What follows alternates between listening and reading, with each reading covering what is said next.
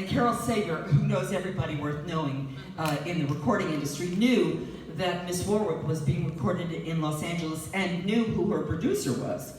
So we sent the demo out to Miss Warwick's producer. And about a week or so later, Carol Sager gets a phone call from said producer asking her who the girl singer on the demo was. And Miss Warwick never did record Midnight Blue. But I did, so that was their message.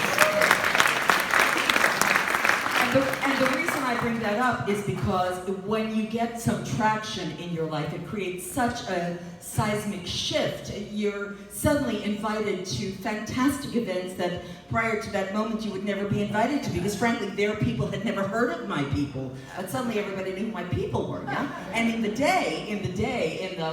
late 70s, televised award shows were popping up with alarming regularity, and I was frequently invited to be presenter, and I was always paired up with the same fellow.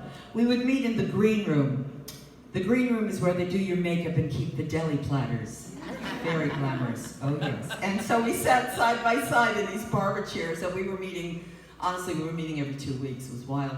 And at some point, this young fellow was getting a little weary of the whole situation, and he said, really, can we meet in a room that doesn't have a powder puff in between us? What do you say? So I invited him over to my home one evening, and he showed up with a jug of wine, and by the time that jug of wine was finished off, so was this song that I wrote with my friend Kenny Loggins.